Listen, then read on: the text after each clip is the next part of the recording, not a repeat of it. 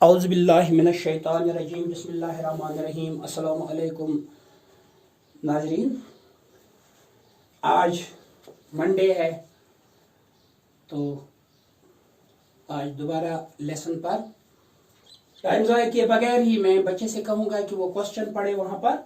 A brooch is made with silver wire in the form of a circle with diameter 35 mm. पहले ये बोलता है एक broach है, ये एक वायर से बना हुआ है लेकिन इस सर्कल की शक्ल में।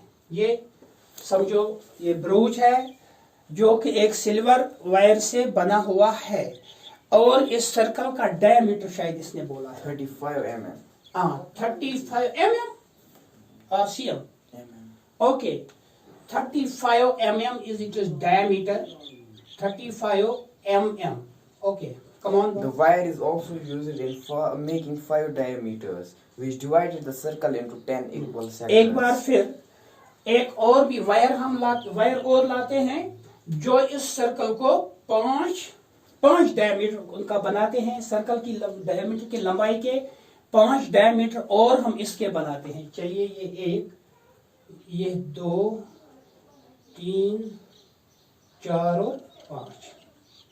इस तरह अगर आप लोग देखोगे ये सर्कल जो है ये 1 2 3 4 5 6 7 8 8 में तकसीम होता है 10 में। तो ये देखिए एक बार फिर हम बराबर तो नहीं बना सकते हैं लेकिन फिर भी कोशिश एक है। तो 1 2 3 4 5 6 7 8 9 और 10 पार्ट्स में इसको ये डिवाइड करता है। लेकिन ये डायमीटर जो है ये भी इसी वायर का एक हिस्सा है, ये भी वायर से बने हुए हैं।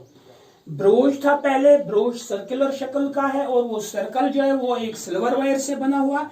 उसके बाद हमें और भी वायर है जिससे हम इसी के 5 डायमीटर बनाते हैं और इस सर्कल को 10 बराबर हिस्सों में ये तकसीम करता है, 10 सेक्टर्स में तकसीम करता है। क्योंकि ये बराबर दूरी पर है इसलिए हर सेक्टर का एरिया आपस में बराबर होगा। Find the total length of the silver wire required and the area of each sector of the brooch. हमसे ये कहता है कि भाई आप लोग उस वायर की पूरी लंबाई मालूम करो। वायर जो है सबसे पहले इसने इसका सर्कल बनाया है, इसका मतलब है वायर सर्कल में जो वायर लगती है पहले तो वो उसका सर्कमफ्रेंस होगा। दूसरी बात डायमीटर जो है ये भी 5 डायमीटर हैं, ये भी इसी वायर के बने हुए हैं। तो इस वायर की लंबाई मालूम करने के लिए मेरे ख्याल में हमें सर्कल की ये बाउंड्री एक निकालनी होगी जिसको हम मैथमेटिकल लैंग्वेज में सर्कमफ्रेंस कहते हैं। दूसरा हर एक डायमीटर की लंबाई उनको ऐड करेंगे तो हमें सिल्वर वायर की लंबाई मालूम हो जाएगी। सबसे पहले diameter of circle, diameter of circular या सर्कुलर क्या है ये ब्रोच है, सर्कुलर ब्रोच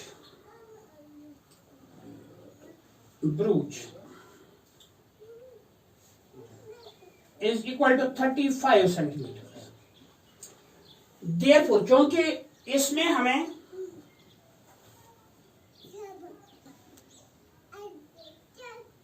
रेडियस की जरूरत होती है इसलिए हम पहले से रेडियस डिडक्ट करेंगे।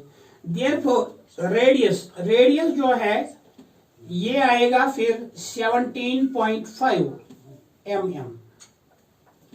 17.5 mm। इसको हम सेंटीमीटर्स में भी चेंज कर सकते हैं लेकिन जरूरी नहीं है, mm ही अपना हम मिलीमीटर ही हम अपना रखेंगे यहाँ पर यूनिट, उसी में करेंगे। तो सरकमफ्रेंस कितना आएगा 2πr। तो ये आएगा 2 इंटू पाई का कोई वैल्यू दिया हुआ है वहां पर नहीं, तो जब पाई का अदरवाइज वैल्यू नहीं दिया होगा तो फिर हम 22/7 ही इस्तेमाल करेंगे इनटू रेडियस। रेडियस जो है वो 17.5 mm। 7 1 is 7, 7 2s are 14 point, 7 5s are 35. 2 into 22 means 44 into 2.5 mm.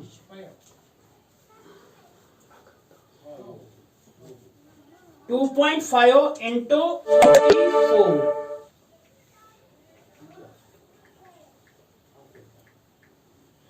तो देखेंगे ये कितना आएगा। ये आता है 110। 100। ऐसे भी अगर मैं आपको थोड़ा सा याद दिला दूं, जो मैंने पिछली बार आपको एक टिप दिया था, 44 इंटू 2 वो बनेगा 88, और 44 का हाफ वो बनता है 22। 8 और 2 होता है 10, 8 और 2 होता है 10, और 1 होता है 11। 110 mm,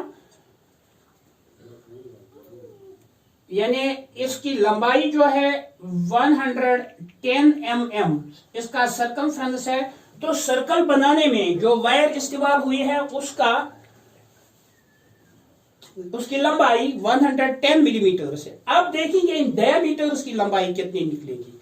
इसमें हमने 5 डायमीटर रखे हैं, और हर डायमीटर की लंबाई, तो पहले इसने बोला है 35। Length of wire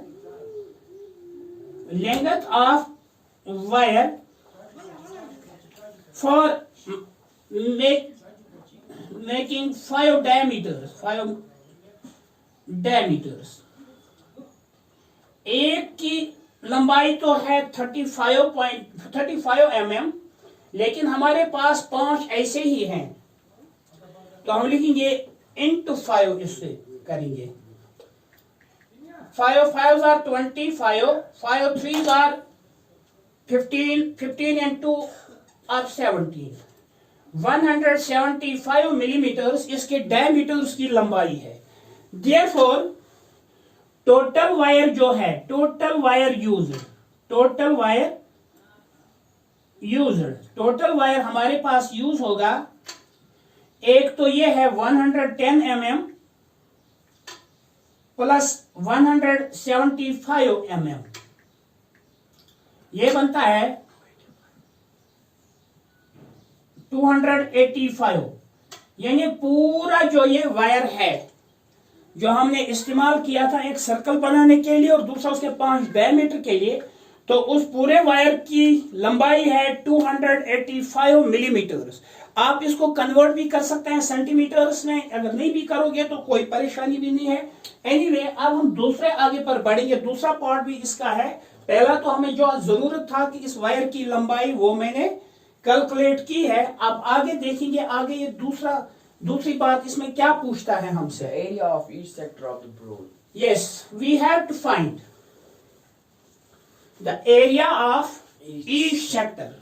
Since all the sectors subtend an equal angle at the center, therefore area of all the sectors will be same. So we can easily find it. But first of all, before going to that point, we have to find the angle subtended by the sector at the center. As you already know, the total angle at a point is 360, but here it has been divided into 10 equal sectors. Therefore, sector angle will be sector angle of each sector is 360 by 10.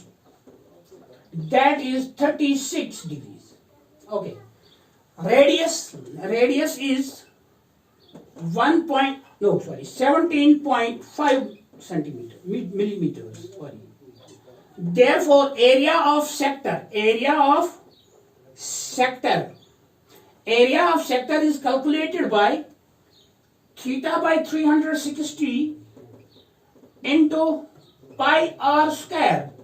Theta here, you know, central angle, it is 36. So 36 divided by 360 into pi means 22 by 7. Radius square means 17.5 into 17.5.